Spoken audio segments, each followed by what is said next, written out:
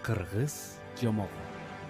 Илгери өткөн заманда бир шаарда өзгөчө акылдуу, баамчыл бала болгон экен. Ал бала акылдуу болуп, ар дайым ойлонуп иш кылган, көргөн билгендерин терең аңдаган зээндүү бала эле.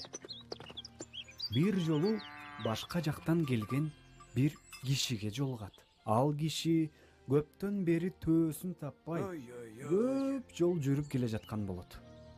Жок дегенде, ушул бала көрдү экен деп, баладан төөнүн ээси сурайт. Ай балам, көптөн бери бир төөмдү жоготуп издеп жүрөм. Силер жактан өтүп калса, көрүп калган жериң жокпу? Деп сөз баштайт.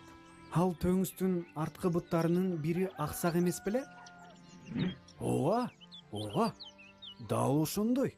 Төөмдүн арткы бир буту ооручу эле. Төөдө куржунга салынган буудай жок беле?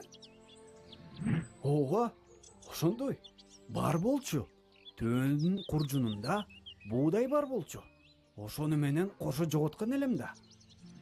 А төөнүн өңү ак беле? Ооба, өңү ак болчу. Демек балам, сен менин төөмдү көргөн турбайсыңбы? Жок байке, мен сиздин төөңүздү көргөн жерим жок. Баланын бул жообуна таң калган киши андан кайра сурайт. Балам, сен менин төөмдү көрбөсөң, анан төөнүн аксак экенин, куржунунда буудай бар экенин, төөнүн өңүн кайдан билесиң? Ошондо бала мындай деп жооп берген экен. Мен сиздин төөңүздү көргөн жокмун. Мен кайсы бир төөнүн жалгыз келип жыгачка кашынып сүйкөнгөнүн анын изинен көрдүм. Ал жердеги изди карасам, төөнүн изи экен. Төөнүн бир буту жерге тийбептир. Төө аксап баскан экен. Төө кашынган жерде бир аз буудай төгүлүптүр. Андагы куржун жыгачка илинип тешилген экен. Анан ал төө сүйкөнгөн жыгачта төөнүн жүндөрү турат. Анын өңү агыш экен.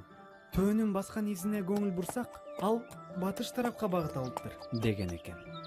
Кичинекей баланын мындай акылына, анын баамчылдыгына баа берип, киши аябай таң калып, ыраазы болгон экен.